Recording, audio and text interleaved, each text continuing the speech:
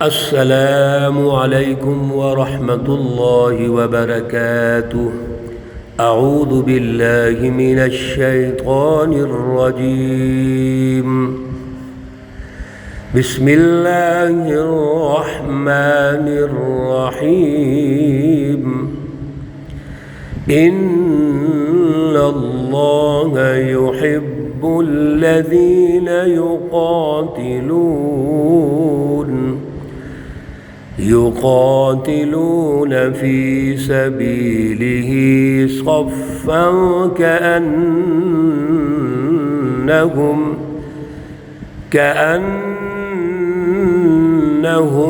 بنيان مرصوص۔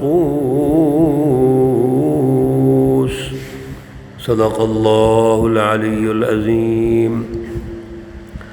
اللہم صلی علی سیدنا و مولانا محمد النبی الامی وعلی آلہ و اصحابہ وبارک وسلم وصلی علیہ۔ معزز سامعین و سامعات، سورۃ الصف پارہ نمبر 28، آیات مقدسہ نمبر 4 ہے۔ آج انشاءاللہ آیت مقدسہ نمبر 4 ایک ہی آیت پہ بات چیت ہوگی۔ بڑی اہم یہ آیت مقدسہ ہے، اہم ترین، اس پر اللہ کی رہنمائی ہے۔ توجہ رکھیے، اللہ ہمیں توفیق اور صلاحیت عطا فرمائیں۔ گزشتہ درس میں سچی جماعت حزب اللہ کی ذمہ داریاں اللہ ارشاد فرما رہے ہیں۔ یہ بات ہوئی کہ سچی جماعت کی تعلیم بھی اعلیٰ ہے، اس کا نظریہ اعلیٰ ہے، فکر اور فلسفہ اعلیٰ ہے، اور اس کا عمل بھی اعلیٰ ہے۔ تصدیق باللسان اور تصدیق بالقلب اور اقرار باللسان۔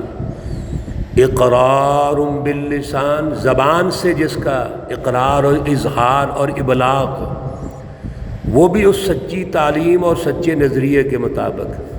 اور تصدیق بالقلب، دل بھی جڑا ہوا ہے اسی نظریے کے ساتھ۔ تو سچی جماعت کا دل، اس کی زبان، وہ اللہ کی رہنمائی کے ساتھ جڑی ہوئی ہے، وہ اپنی بات نہیں کرتے۔ رسول اللہ صلی اللہ علیہ وسلم اپنے لیے کیا ارشاد فرماتے ہیں؟ وَمَا يَنطِقُ عَنِ الْهَوَىٰ إِنْ هُوَ إِلَّا وَحْيٌ يُوحَىٰ۔ آپ تو اپنی زبان سے جو ارشاد فرماتے ہیں وہ بھی اللہ کی رہنمائی ہے۔ اللہ کہتے ہیں تو آپ بولتے ہیں، تو یہ ہے سچی رہنمائی۔ اور پھر اس کے مطابق عمل، لِمَ تَقُولُونَ مَا لَا تَفْعَلُونَ۔ تو 3 چیزیں ترتیب سے سمجھ لیجئے: سچی تعلیم، تربیت، دل اس کے ساتھ، اور اقرار باللسان، اور اس کے نتیجے میں عمل۔ یہ ترتیب ہے میرے عزیزوں۔ آج ہم اس لیے کنفیوز ہوتے ہیں، ترتیب نہیں ہے کوئی بھی۔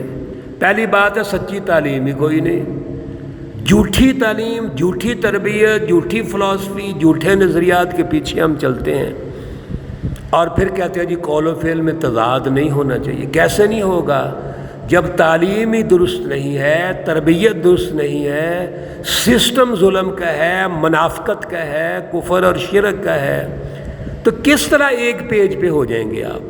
ہم تو نماز پڑھ رہے ہوتے ہیں مسجد میں، اللہ کے سامنے کھڑے ہوتے ہیں اور عبادت کر رہے ہوتے ہیں، کاروبار کی عبادت کر رہے ہوتے ہیں ہم، دل تو ہمارا باہر سے جڑا ہوتا ہے، اللہ سے تو کوئی نہیں جڑا ہوتا۔ وہ بھی 2% لوگ ہیں جو مسجد میں آتے ہیں روایتی اعتبار سے، ایک عادت ہے نماز پڑھنے کی، عادت پڑی ہوئی ہے۔ کبھی غور کیا ہے ان نمازیوں نے کہ نماز پڑھنے کے بعد ہمارے اخلاق کتنے اچھے ہوئے ہیں، ہمارے معاشرتی جو اصول اور ضابطے ہیں وہ کتنے اچھے ہوئے ہیں؟ رسول اللہ صلی اللہ علیہ وسلم نے تو فرمایا کہ مسجد کا اثر بازار پہ ہونا چاہیے، مارکیٹ پہ ہونا چاہیے۔ کیا مطلب ہے اس کا؟ کہ مسجد سے تربیت لو، اللہ سے رہنمائی لو، جوڑ پیدا کرو اور مارکیٹ میں جا کے، کاروبار میں جا کے، منڈیوں میں جا کے، بازاروں میں جا کے، گھروں میں جا کے اللہ کی بالادستی قائم کرو۔ یہ ہے اس کا مطلب۔ یہاں تو الٹ ہے، بازار کا اثر مسجد پہ ہے۔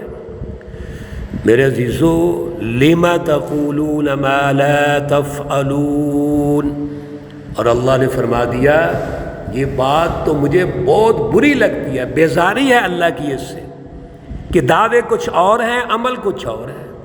انفرادی بھی وہی ہیں، اجتماعی بھی وہی ہیں، سیاسی بھی وہی ہیں، معاشی بھی وہی ہیں، سائنسی بھی وہی ہیں، اداروں کے بھی وہی ہیں، حکمرانوں کے بھی وہی ہیں، وہی اثرات انفرادی سطح پہ ہیں۔ سنیے، اللہ سچی جماعت کی پہچان بتا رہے ہیں۔ سچی جماعت کی ذمہ داری، اس کی پہچان، اس کا مورال، اس کا میرٹ کیا ہے؟ ان اللہ، بے شک اللہ رب العزت، یحب الذین، پسند کرتے ہیں، محبت کرتے ہیں، الذین، ان لوگوں سے، یقاتلون، جو لڑتے ہیں، قتال کرتے ہیں، جان کی قربانی دیتے ہیں، جہاد کرتے ہیں، فی سبیلی، اس کے راستے میں۔ ذرا توجہ سے یہ گفتگو سنیے، اللہ کیا ارشاد فرما رہے ہیں؟ حزب اللہ، جو اللہ کے پسندیدہ جماعت ہے وہ کون سی ہے؟ آج ہم اگر تھوڑا بہت نماز روزہ کر بھی لیں تو جہاد ہم بھولے ہوئے ہیں۔ جہاد کرنے کو آج کے دور میں کچھ لوگ جو بڑے نمازی سمجھتے ہیں اپنے آپ کو، وہ ضروری نہیں سمجھتے، نظام کی تبدیلی کو ضروری نہیں سمجھتے۔ بھائی جہاد ہوگا تو شیطانی جماعتیں شکست کھائیں گی نا، یہ پیچھے تسلسل سے ہم پڑھ رہے ہیں۔ ان حزب الشیطان هم الخاسرون، کیا وہ ہماری گفتگو سے کریں گے؟ ہمارے بیانیوں سے بھاگ جائیں گے؟ وہ حق غالب ہو جائے گا بیانیے سے؟ نہیں۔ سنیے اللہ کیا کہہ رہے ہیں۔ پہلی بات اللہ کہتے ہیں انا، بے شک، تاکیدی لفظ ہے یہ۔ اللہ کو پسندیدہ جماعت کون سی ہے؟ جو اللہ کے راستے میں جہاد کرتی ہے، قتال کرتی ہے۔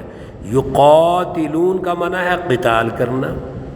قتال یہ جان سے ہوتا ہے، اس کے لیے اسلحہ بھی چاہیے، اس کے لیے ہتھیار چاہیے اپنے اپنے وقتوں کے مطابق۔ آج میزائل کا دور ہے، سائنسی دور ہے، ٹیکنالوجی کا دور ہے، وہ ساری مراد ہے یہاں سے۔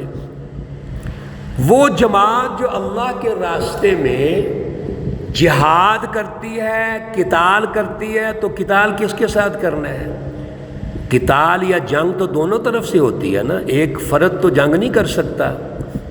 ایک فرد لڑے گا تو مقابلے میں کوئی فرد ہوگا، کوئی جماعت ہوگی۔ وہ کون سی ہے؟ وہ حزب الشیطان ہے۔ ادھر حزب اللہ ہے، ادھر حزب الشیطان ہے۔ ادھر وہ سچی جماعت ہے جو اللہ کے نظام کو غالب کرنا چاہتی ہے، اللہ کی بالادستی چاہتی ہے، انسانیت کو بالادستی چاہتی ہے۔ اور ادھر وہ جماعت ہے جو ظلم قائم کرنا چاہتی ہے، غلامی قائم کر کے، مافیا بنا کے لوٹ کھسوٹ کرنا چاہتی ہے، وہ شیطانی جماعت ہے۔ اللہ کہتے ہیں مجھے وہ جماعت پسند ہے جو اللہ کے راستے میں جہاد کرتی ہے۔ سبحان اللہ۔ لیکن جہاد سے پہلے، پچھلے درس میں بھی آپ نے سن لیا ہے، اعلیٰ فکر اور فلسفہ ضروری ہے۔ لڑائی بھی ضروری ہے، لیکن لڑائی کے لیے، جنگ کے لیے دو چیزیں ضروری ہیں، ایک فکر اور فلسفہ، وہ اللہ کا ہے، اللہ کی رہنمائی۔ دوسرا ڈسپلن، نظم و ضبط۔ نظم و ضبط کیسا ہوگا؟ کأنہم فی سبیلہ، اللہ کے راستے میں جو سچی جماعت ہے، قتال کر رہی ہے، اللہ کو پسند ہے، لیکن وہ قتال کیسے کرتی ہے؟ صفاً، یہ سورۃ الصف، صف کے عنوان سے بھی ہم نے سمجھا تھا، صف بندی ہو کے۔ صف بندی سے کیا مراد ہے؟ ایک ڈسپلن میں، نظم و ضبط میں، جو دستور ضابطہ جماعت نے طے کر دیا ہے شروع سے لے کے آخر تک اس کی پابندی، وہ ضروری ہے۔ بغیر ڈسپلن اور نظم کے ہم آگے نہیں نکل سکتے۔ یہ رسول اللہ صلی اللہ علیہ وسلم کے دور کی بے شمار مثالیں ہیں، خلفائے راشدین کی دور کی بے شمار مثالیں ہیں، جہاں پہ ڈسپلن کی اہمیت ہے، مشورے کی اہمیت ہے، امیر کی اطاعت کی اہمیت ہے۔ آپ اپنی مرضی 1% نہیں کر سکتے۔ حضرت عمر رضی اللہ تعالیٰ عنہ کا دور ہے، حضرت خالد بن ولید، ایک چھوٹی سی مثال عرض کرتے ہیں، مثالیں تو بہت زیادہ ہیں۔ حضرت خالد بن ولید بڑے بہادر، دلیر، جرأت مند، اٹیک کرنے والے، جنگجو، بڑی تفصیلات ہیں اس کی۔ آپ نے شام کی فتوحات کی، علاقے فتح کیے۔ حضرت عمر رضی اللہ تعالیٰ عنہ کا دور ہے، آپ نے ایک حکم دیا کہ آپ حضرت سعد بن وقاص اور دیگر صحابہ،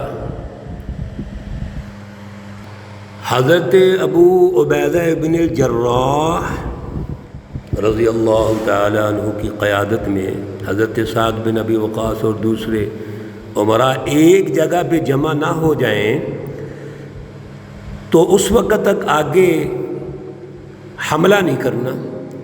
ایک ڈسپلن کی بات ہے۔ حضرت خالد بن ولید رضی اللہ تعالیٰ عنہ نے حضرت ابو عبیدہ پر دباؤ ڈال کے حملہ کر دیا، فتح بھی ہو گئی، مال غنیمت بھی مل گیا، نتیجہ اچھا نکلا ہے، لیکن ڈسپلن کی خلاف ورزی ہوئی ہے۔ جب گفتگو ہوئی، مشاورت ہوئی، سب غور و فکر ہوا، تو حضرت عمر رضی اللہ تعالی عنہ نے حضرت خالد بن ولید کو معزول کر دیا اور مدینہ بلا لیا۔ اور ان کا بھی ڈسپلن ایسا ہے حضرت خالد رضی اللہ تعالیٰ عنہ کہ وہ مدینہ تشریف لے آئے، کوئی اعتراض نہیں۔ اتنا بڑا جنگجو آدمی، بہادر، بصیرت والا، سب کچھ ہے، لیکن ڈسپلن اور نظم سب سے اوپر ہوتا ہے۔ اس لیے صفاً یہ سب سے اہم چیز ہے، اور یہ فیصلہ لیڈر نے کرنا ہے، امیر نے کرنا ہے۔ کس طرح کی صف بندی ہونی چاہیے؟ کأنہم بنیان مرصوص، گویا کہ وہ ایسی دیوار ہے جیسے سیسا پلائی ہوئی دیوار۔ ایک پتھروں کی دیوار بنائیے اور اس کے جو کونے رہ جائیں، سوراخ رہ جائیں، اس میں سیسا پلا کے ڈال دیں، وہ گویا ایک پتھر بن جائے سب دیوار، جس کو کوئی توڑ نہ سکے۔ اتنی مضبوط دیوار جس کو ہلا نہ سکے کوئی۔ میرے عزیزو، یہ کیسے ہوگا؟ ڈسپلن سے، نظم و ضبط سے، لیکن اس سے پہلے اعلیٰ فکر اور پروگرام اور نظریہ سے، اور نظم دونوں چیزیں ہیں۔ آج یہی تو وجہ ہے کہ نہ ہمارے پاس علم، فکر، نظریہ قرآن کا نہیں ہے، دعویٰ ہے، بس سجاوٹ ہے قرآن کے ساتھ، اور ڈسپلن تو ہے ہی نہیں۔ جتنی پارٹیاں ہیں سب مفاد پرست، لالچی، خود غرض، اپنے اپنے کاموں پہ لگی ہیں۔ انسانیت تباہ ہو رہی ہے، مہنگائی بڑھتی جا رہی ہے، انتہا پسندی بڑھتی جا رہی ہے، مسائل بڑھتے جا رہے ہیں، مسائل حل نہیں ہو رہے۔ وجہ یہ ہے کہ کرنا نہیں چاہتے۔ آج حزب اللہ کی ضرورت ہے، کأنہم بنیان اور صفاً، اس طرح کی سچی جماعت کی ضرورت ہے۔ اس پر غور و فکر کیجئے اور جماعت کی تشکیل کے لیے سوچئے۔ اللہ ہمیں توفیق اور صلاحیت عطا فرمائے۔ اللہ رب العزت تمام مرحومین و مرحومات کو جنت الفردوس میں اعلیٰ مقام عطا فرمائے۔ اللہ رب العزت تمام بیماروں کو شفائے کاملہ عاجلہ مستمرہ عطا فرمائیں۔ ربنا تقبل منا انك انت السميع العليم وتب علينا انك انت التواب الرحيم، وصلى الله تعالى على النبي الأمي محمد وعلى آله وأصحابه أجمعين، برحمتک یا ارحم الراحمین۔ السلام علیکم ورحمۃ اللہ وبرکاتہ۔